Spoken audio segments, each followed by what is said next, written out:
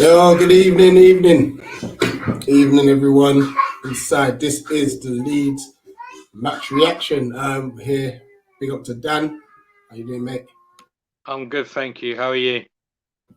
Yeah, doing well. Busy, very busy. hmm Yeah, yeah. Obviously, as you've noticed, this match reaction isn't live. We are just trialing things out, guys, seeing whether or not we're gonna get some recorded content, get some live content, mix it up, shorter streams, long streams, and just see what people fancy. But either way, once this is uploaded, please make sure if you're new to subscribe, hit the like button once you've watched it. And normally, obviously, you'll chuck in your comments in the comment section. But guys, chuck in your comments in the comments of the video and we'll interact with that. Let us know your thoughts on how the game went, what you were happy with, what you wasn't, who was your man of the match, drop player ratings, whatever it may be. Let's interact, obviously, in the comment section. But let's get to it. It was last night, Palace 0, Leeds 0. Now, what an intense game of football, for starters. Oh, crazy. What was your thoughts, obviously, of the first 45? I didn't actually get to see it live, but I've seen some back. There were a lot of flying tackles. Wolf on the end of quite a lot of them. Not too sure what you thought about the referee, but when I initially looked on the Twitter to see how we were doing, people weren't happy. Yeah, no, listen. In all fairness, I can see the ref obviously was just trying to let the game flow. You know, it was such a high, but the way that Wilf was getting hacked like constantly. Now, I guess between Wilf and Ailing, they had a nice little battle. However, had Ailing picked up an early yellow card, that would have favoured Wilf. You know, Exactly. and this is how football runs. But I mean, it was good to see Wolf smiling with Ailing as the game goes, like because obviously he gets targeted. Like, oh, he's going to kick off. Well, no, there you go. There's proof that Wolf, as much as he's getting kicked down, he enjoyed the battle. He enjoyed the battle. But the ref did listen. If there was a leg break in that game, I would not be surprised personally because there was some seriously hard challenges in there. Big up JC in the chat. Big up Ways. What was your thoughts on the first half, JC? First half, it was very. I thought it was very good. I think the whole match we did everything but score. I feel like the contrast between that and Newcastle was night and day, and I'm happy about that because I've got a feeling that at the end of the season was going to peter off because every game doesn't look anywhere near like what the semi-final did, so that the players wouldn't be up for it. But it looks like Vieira's got into their heads and they look like they're up for it. So hopefully we'll be in for a nice looking end to the season, but I'm not sure. But going back to the game, man, the referee and Calvin Phillips need to go on fraud watch. Because how the hell did that guy not get a yellow card for crunching our forward players as many times as he did, and then after the game go out to say, "Oh, Zaha dives too much," when I saw that. They all took turns to go and clamp him down, and I'm pretty sure Rafinha did the biggest dive of them all when we were on the attack in the first half, if I remember correctly. Yeah, and Phillips had a history of diving too, so yeah, was it against Liverpool where he took a touch, Salah ran behind him and he just threw himself to the floor? Yeah. I think so. I saw it on Twitter, but for a professional to go on record, like after the game and say that is just like crazy. Like people say whatever on Twitter, but for an actual professional who's played against him to say something like that is just crazy. Absolutely. You know, I just want to pick up on something you said though, JC, like the contrast in performance. I think for me, like, yes, I'm frustrated that we didn't break the deadlock because we just deserved to win the game. But I was so happy because had we had another one of those performances as we've done in the past, I would have been very concerned that we're literally just petering out the season, you know. And look, I know a lot of fans are like, oh, but we need to finish above the seaweeds. Oh, we need to we've already had a better season than we've ever had, and that's just based on playing style, you know. Yeah, that's just it's based on fun, not even results. Yeah, like 100%. we're enjoying the football we're playing, like, you know, and all that's in the space of 1 year. So if, bless her, I'm going to go in a minute. If the Seaweeds finish above us for one season out of the however many they've been in, I don't care. We're on an upward trajectory. I just want us to take that momentum of playing well up until the end of the season, rebuild, and go again. We hit it on the Yeah, head. I totally agree. I mean, to be honest, this might sound a bit controversial, but I'm actually more happy with, even if we had won that game, I would have been more happy with playing that performance rather than the actual points themselves, because obviously the points are important and we'll go up the table and whatever. But it's like you said, I would only agree with you if we were mathematically safe. Until then, true. I can't agree with you. I would rather play Roy Ball and get 3 points, if I'm honest. When we're safe, then 100%.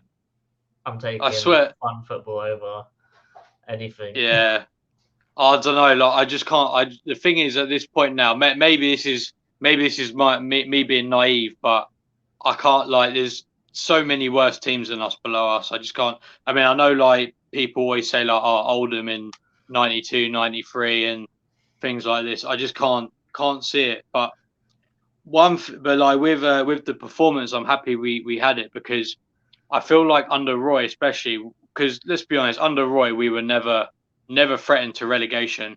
But at the end of the season, I always felt like we were in the flip flops straight away. As soon as we were mathematically safe, we played even worse. Yeah. And I think to have Vieira still playing, okay, yeah, I know we're not, like you say, we're not mathematically safe yet, but I think for Vieira to have them play so well yesterday after Wednesday and the semi final, I think maybe speaks. I think is a really positive thing, and something we've not seen in four seasons under Roy after we were mathematically safe. Yeah, I think it is. Or to add on to that, when I was at the stadium, everyone that I was speaking to saying, "Are we on the beach yet? Are we on the beach yet?" Because of that Newcastle match. But obviously, exactly what you said, Vieira's got him playing still, and that's the main thing. Because, like, we said it so many times this season, but you feel excited to go to Selhurst Park and to go to away matches and stuff this year. It's not just a scramble for points. It's actually play nice football and then see what happens. Yeah, exactly. And I think under Roy, I can't remember which season it was, but one of the seasons we got our highest points total in the Premier League. Yeah. And like the football in that season was probably dreadful. I can't remember which season it was. If it wasn't the first season, it was dreadful football. And I don't think we're actually that far away off that points total in our rebuild season, playing much better football. Yeah, let's go into some of the chances, because we had a fair few. Now there's obviously a massive chance for JP. Great work by Gallagher, who's obviously he's knocked into the channel. Good running from Mayu, to be fair. And talk about putting a cross like on the money. And I thought to myself, no, you can't have missed an open goal. And obviously for you, Jason, from where you're sitting, you're thinking, no, because obviously you're on the complete opposite end. What a challenge. That little nick he's got on it, obviously has taken it away from him. But once again, JP is just showing, minus obviously finishing, why he starts, even though I don't think it was his best game. I think with that chance is exactly how you described it, mate. It was it was brilliant from start to finish because there was a little bit of tiki-taka play before Gallagher put the ball through. And I don't know what it was yesterday, but an unpopular opinion is that I think he was one of our better players. He looked like he gained a bit of pace and a bit of physical presence about him. I don't know what it was, but he looks a bit faster than he normally does and a bit more on it than he normally does. Mhm. But listen, when that ball flashed across the box and it went out for a goal kick, everyone's cussing differently. Everyone's thinking, how the hell did you miss that? Because from where we saw it, we thought JP was miles ahead and he was all alone in the box. But, you know, you watch the replay after the match and you're thinking, mate, you got to give it to Cooper there. He's done everything right. Mhm. So, but, yeah. Let's talk Wilf, because you can tell the intent was there for them. Mhm. But I was a bit annoyed about his decision making in the final third. Mhm. Yeah, I think there was a few opportunities. You knock a ball in the box or you find a cross, Yeah. but he would take the shot and stuff. Yeah, I I agree with agree. you. Yeah. Because the amount of times where he did the wrong thing, in the sense of when he shot, he should have passed. When he passed, he should have shot. So wherever he could have made a wrong decision, he did. Like you know when he had that double shot, he had a shot, it rebounded, and then he had another Yeah. shot. Shot it again. When Yeah. it rebounded, JP was on the penalty spot on his own. And he scored from outside the box on the first touch finish, so he's definitely scoring from inside the box. Mhm. I think Yeah. I think not only Zaha, I think Zaha had a good game overall. I think that it's hard to stay calm, or it's hard for him to stay calm if you're getting taken out like how he did. Yeah, But that bit he did very well. Yeah. Very, because normally he would have got into another fight. yeah, Yeah. He just it's laughed it off. yeah, exactly. It's mad to see that Ward kicked off before Will. Yeah. But Yeah. to be So fair, if James Aye. caught him slightly differently, his It's a leg break. yeah, he's gone for a year minimum. But I think we need to talk Eze, though. I've got a fair play to the guy. or Eze. Yeah, for coming back like he has from that kind of injury. Yeah, but I'm now going off the fact that He was everyone's sloppy claiming yesterday. everyone claiming he's fully fit, he's fully He's ready not. to go, he's fully recovered. He's He is not. I think because the consensus around me in the stadium and from my personal views as well is I think Eze has sort of taken a backtrack in the sense that he is more of a luxury instead of a necessity in our team. Mhm. I say that because Elise played for 20 minutes and created 4 chances. Oh, he was good when he came. Apart from him taking a shot inside the box and having a nice few touches and passes, what else did he do? He looked a bit slow. He doesn't look physically on it yet. I think he needs to build up a bit more muscle and to put his body around a bit more. But I think he's sort of downgraded in the squad to a luxury player now. It's not like we need him to win anymore. Hmm. There's no hate on the guy because he's a Yeah, brilliant yeah. footballer, but he's not back yet, and we can't No. expect him to be fully back yet. He needs I've, next year will be his time. yeah, This is just him getting game time, getting match fitness. It will come back, but not right now. Yeah, I've been happy with how Vieira's been very careful with him.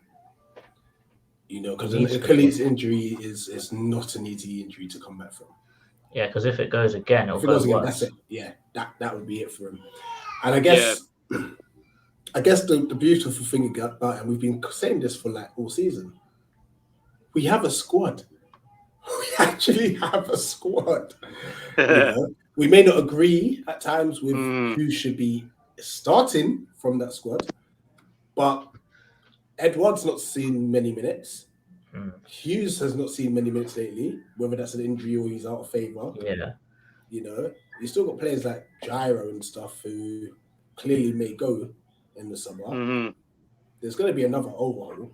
I think we'll probably lose 6. Yeah, I think if 6 are out of contract, it wouldn't surprise me if we chuck a few more on for a cut price, Yeah, just for how old they are. this is it. I don't think Ayu's going to be one of them, by the way. I think we should put Ayu on another deal, personally. I think so too. I think he gets fairly slated sometimes, if I'm to be honest. Well, yeah, we keep bringing it back, but he's the 3rd most fouled player in the league, It's mad, and isn't he's it? hardly played, and he's had a month off for AFCON, and he's still number 3. You're thinking like he's doing something right. Yeah, and he works hard. It's just unfortunate his end product. It's not there. Yeah, it doesn't match the application. Yeah, but the thing is that is so Palace. That's true. the thing. It is so Palace. Like with Eze yesterday, he skipped past 3 players and he couldn't play a 5-yard pass to Zaha. Yeah, and you're thinking that is so Palace. And that even goes to Gallagher as well, because he should have scored. When he had a few, like some no, of his they were snatches though. It was like a 1 touch and there were people in the way. But he's so much better though on the ball when it comes to them. He's had a few of them, like the one against City. That was a hard chance. Against City he had time. He had space. Against Leeds he had no space. And also Elise set it on a plate for him, and the ball was bouncing around for him yesterday. Yeah, but I mean, there was one that Elise set to him yesterday, and I don't think he caught it as sweetly as he would have. No, he took a touch too many. He took a touch instead of just hitting it straight away. Yeah, but maybe that's confidence because he hasn't scored in a while. True. You don't know. True. And also probably like in the back of his mind, his season's nearly done. Well, yeah exactly. 5 games. Yeah. 5 games for a mid-table club. To him, what does it matter really? Even if he comes back next year, does it really affect him? Probably not really. Yeah, he probably already knows that if he doesn't get in the Chelsea team, he's coming back. And we already want him, no matter how bad he is for the next couple of games. Yeah. I think it also doesn't help with Vieira publicly saying that he wants to give Teo and Raksaki a go in the Prem as well. So that's more players that are trying to get into the squad. Yeah. Yeah, true. So I think with the Gallagher situation, he needs to somehow try to make a decision early, because this is a World Cup. Yeah. You know, if the World Cup was in the summer, he could okay, let's just see how it goes, and then if need be, move in January, sort of thing. If he wants to get on the plane, he needs to be playing at the first game of the season. You know, yes, obviously Southgate likes him, but we know how these tournaments go. The big 6 bias will kick in. Yeah, and we know how Chelsea works as well. He'll go back there and get banished to the shadow realm, won't he? This is it. Well, exactly. He'll just be a rotation. Again. Well, exactly. He'll just be a rotational player, and I'm not. Forever. Yeah, and I'm not convinced he will fit Chelsea either. I think he fits well. I think he fits very well in our system. I don't think he fits that well in Chelsea's, to be honest. Yeah, and you know what? If we can secure him, if we can get such a dominant DM who can pass the ball as well, and that's no slander on Kyoto, who's great at breaking up play. No slander on Hughes, who's good at passing the ball, but not so much breaking up play. If we can get a midfielder that can do both, we can play 4-3-3. We don't necessarily need a 10. And have Gallagher and Eze just deciding, okay, who's going to go and one will sit. Like just keep changing, you know. But I think we need that. We need that solid. Because yesterday we played with Maka on his own, and I think we were so fluid in midfield. You know, it's just a shame that nothing came out of it. It was just nice to see one defensive midfielder. You know. Well, yeah, you got. It looked like, I think the perfect player for us would be someone with a stature of Kouyaté, but they play like Maka. That's the perfect DM, really, isn't it? Like, they got the technical ability on the ball, and they got the pass ability. And pass like Hughes. Exactly. Maka was Exactly. spraying out some good balls yesterday. You know, He can. I'm not saying he can't. You know, Maka's But- got some tech. You know, He's he's got step a good- overs and stuff as well. He's got a good ping on him, to be fair, Yeah. as well. I did see we were linked with a player in League 1, Ducore. Yeah, we was talking about him the other day. I don't personally know much about him, but I've heard good things. But well, he's wanted by Arsenal and top clubs, so he's got to be doing something good. Yes, Nate. What are you telling me, boys? Good, all right, mate. Good. Yeah, all good. You shared your thoughts, obviously, in the GC. Well, for the people, how do you think the game went for you? The good, the bad, the ugly. Well, I was on. Well, I was on back in the nest last night. I jumped over to their channel to give my thoughts on the game. So I'll mirror more or less what I said there. Performance-wise, happy. Result-wise, annoyed, frustrated, peed off. All of the above. Is it a good point? In my opinion, no. But is it better than a loss? Naturally, of course it is. So I'm not going to look at it and go, "Oh, for F's sake, that's trash." But it does say a lot that I'm pissed off at a point rather than happy with a point, because that was the mentality last season.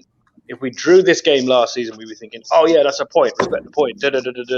Now I'm like, no, that's dead, because Leeds, not great to watch. How they're 4-5 unbeaten is beyond me. They are atrocious. You know what it is? With Leeds, before they were very exciting to watch, because under Bielsa they would just attack, but they would leave themselves very vulnerable at the back. Credit to Jesse March, he's actually made them quite defensively sound. I think they've had like 4 clean sheets. Yeah, something like that. Yeah. Which is, and considering they're not out of this relegation trouble either, so to stabilize them at the back, I know it was horrible. They were terrible. They were bad, but they're trying to stay in the league. I could have sworn we was watching a Hodgson team last night. I'm not even joking. I was like, mate, is this what we put other people through last season?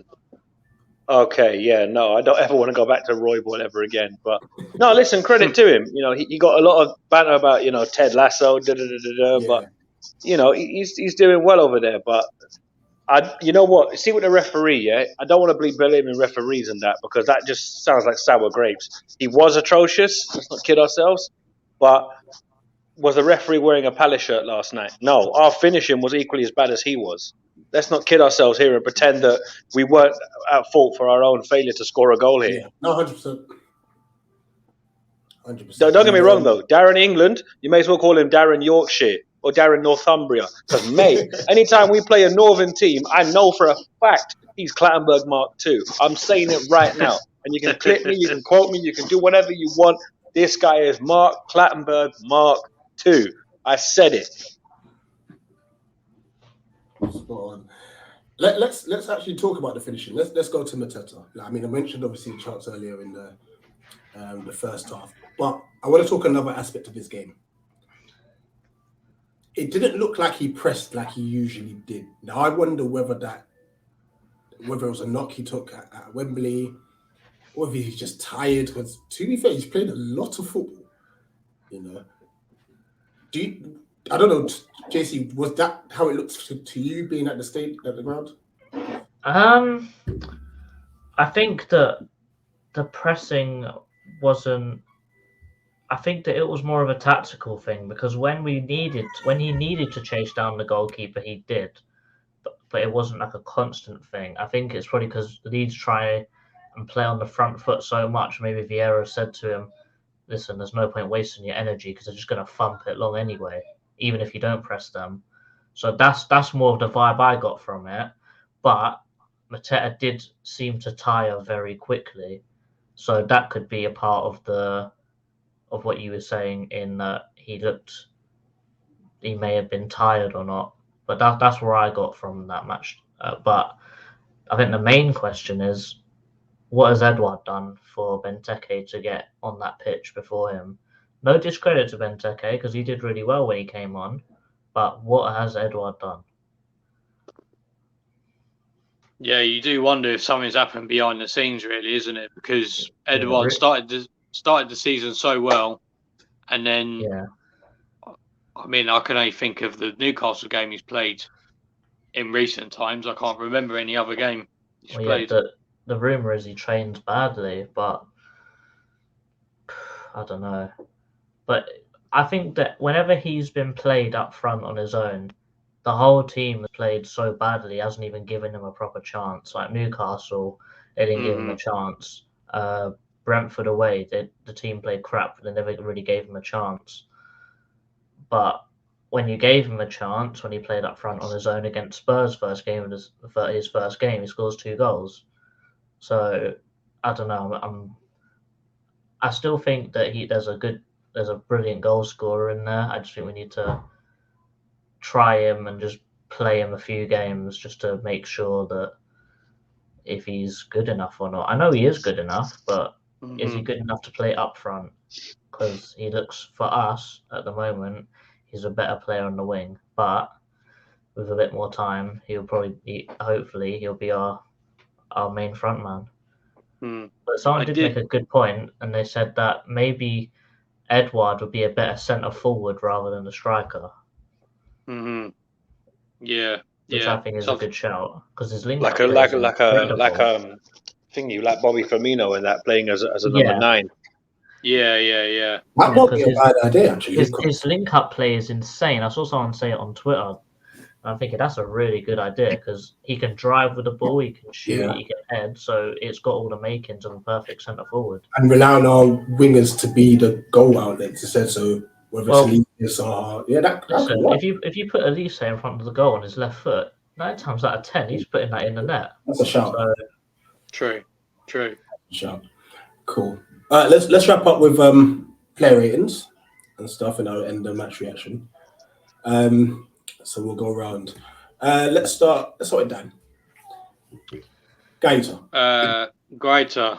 I can't recall many. I mean, I only watched like half the game because I was busy, but I don't remember him making a save. So I'll just go average 6 because I don't really know what he could have done better or worse. Good job, Nate. Klein. Natty Klein did what Natty Klein does. Standard right back performance. Barely put a foot wrong. You know, it was Natty Klein's settings. It's what he does. You know, you never really expect him to have an off game. 6.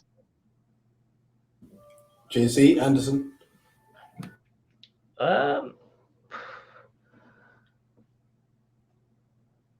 I'll give him an 8. I think that he shut their forward players down, did what he needed to do, put some nice long balls in, and he's making a little push for that player of the season trophy. I can see lately because he's been one of our standouts later on in the season so far. Mark Gay, I'll give him a 7. To be fair, I don't think any of the centre backs were really troubled. But if they're not troubled, then they're doing their job well. That's what I would say. Yeah. But obviously, the reason why he's slightly below Anderson in the ratings because Anderson's distribution was obviously clearly and visibly better and stuff. So, but no slander to Mark either. Dan Ward.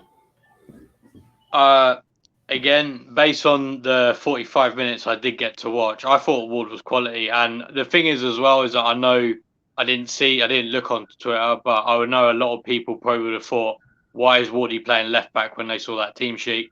So I'm going to give him a 7 as well. Because from what I saw, he played well on the left-hand side. I thought he did well. I need to give him my rating. Just on the little side note, Wardy gets a 10 for me. For the pure fact that I made a bet, Matt, a man like Matt, Rich. Oh yeah. I made a bet with Matt that if he gets a yellow in the first half, I buy him a beer. If he gets a beer if he gets a yellow in the second half, I get a beer. So get in there. I'm giving Ward a rating as well because the way he batted up that little rat Dan James, I went, that's it, Wardy. That's what I want to see. because he gave him no chance. You see the way he grabbed him up? He says, "You really want to go there, big man?" He just grabbed him up quick and says, "You really want to do this, yeah?" No. Big up Joel Ward every time for that, because that little shit, James. How Leeds did not have a man sent off is beyond me. Yes, it is. And you know what? The to be holy man fair as to well. Dirty defensively- Leeds. Oh, so Nate? I said dirty Leeds. Oh yeah. Defensively, he was brilliant. To be fair, so credit to Wardy. Who did we get to? It was Chake, wasn't it? Yeah. Mm. Who we down to? Is it Nate or was it JC? I've lost track of No, it. no. It's me, because it was Dan did Wardy, but me and JC had to give Wardy our own separate ratings. You confused my brain.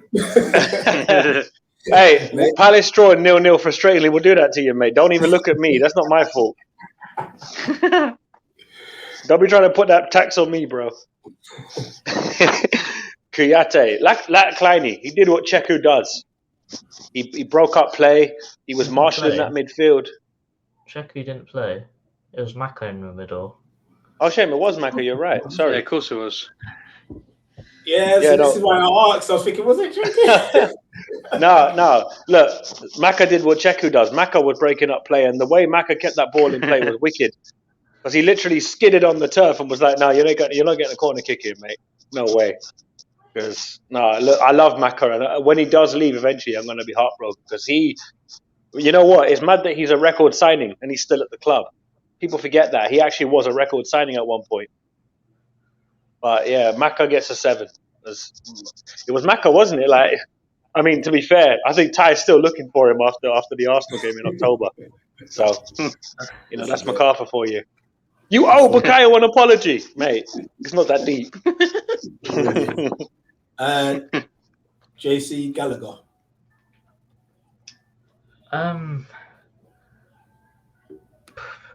I think he did well. I think he gets. I'll say a 6 for the pure fact that he didn't look like his normal self. He looked like he was a bit hesitant to shoot. I think if he shot a bit more, it would have been a 7. But I'd say a 6 would be solid. I think he greased his boots with banana skins because he was diving all over the shop. It was like, "Connor, get up on your feet, mate. Come on. Like, you're not Ashley Young out here. We don't want to see all this diving business." Oh, spot on. Essay.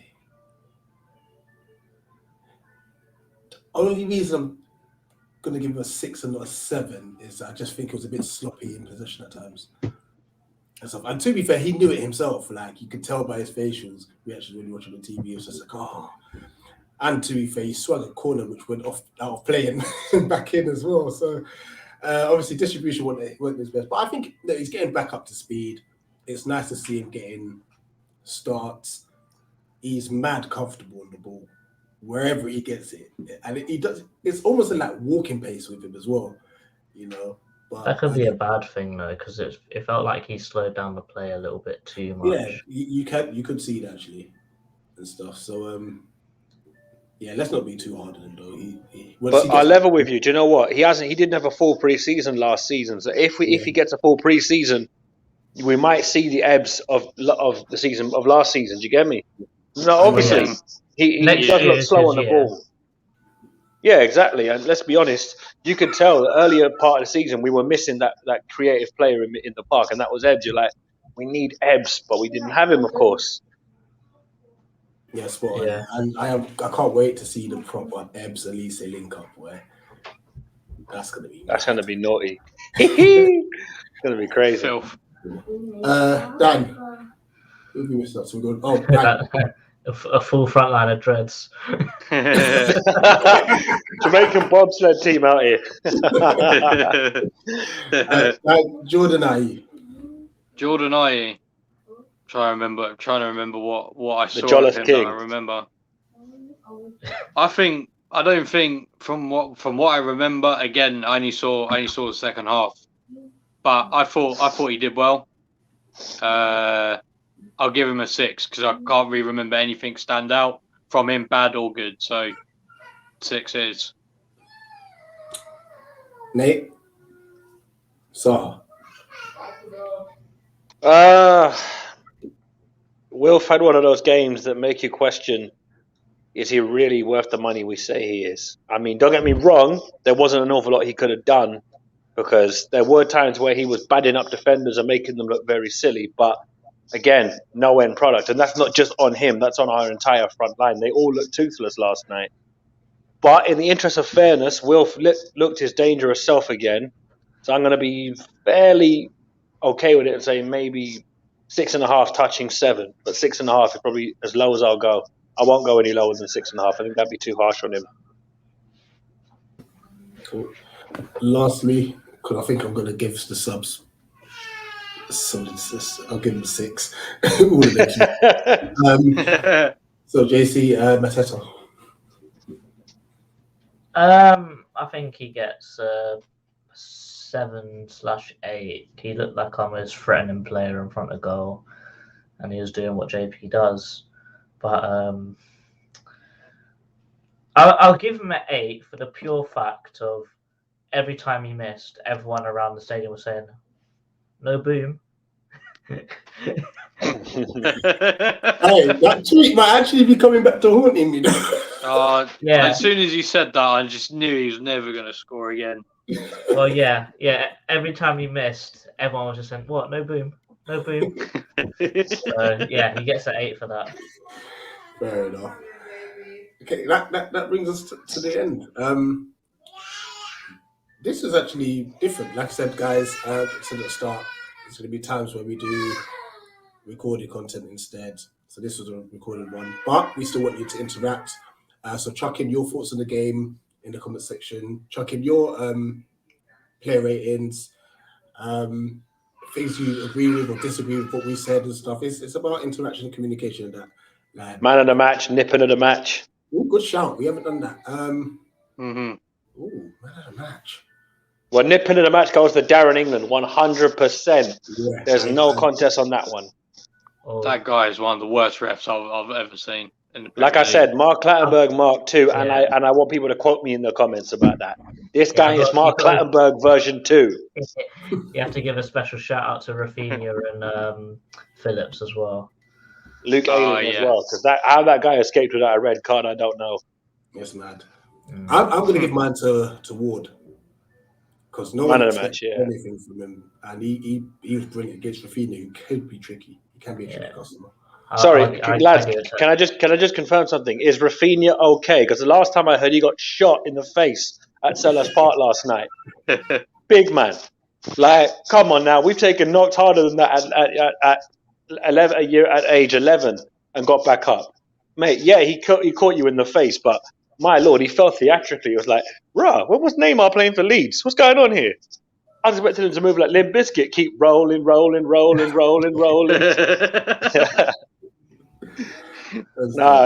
No, but seriously, like, was he shot? Did we have snipers on the roof of the Arthur Waite or something? Must have been. It is what it is. These Brazilians. Mind you know how the Arthur gets. If you've ever been in the Arthur Waite, it's a bit of a jungle in that stand. So shout out to the Arthur Waite massive. The Arthur Waite. 100%. Right. Let me end this recording because my internet's trying to move mad. Guys, big up as always. Like I said, you'll see us live at times. You'll see us upload pre-recorded content, but still engage in the comment section. Subscribe if you're new. Share the stream. We are literally on that road to 1K. Not far off it. You know what a journey it's been. And I think actually potentially May 24th, because that would have signaled a year. Probably do a live stream where people could just come in and out of the stream and just share their best moments of the channel so far and stuff. I definitely know Nippers one's going to come up a few times. Roast Week is going to come up as well. Guaranteed. Guaranteed. Big up everyone. To Nate, Dan, JC, and for me, Rich. Peace. Up the palace. He goes.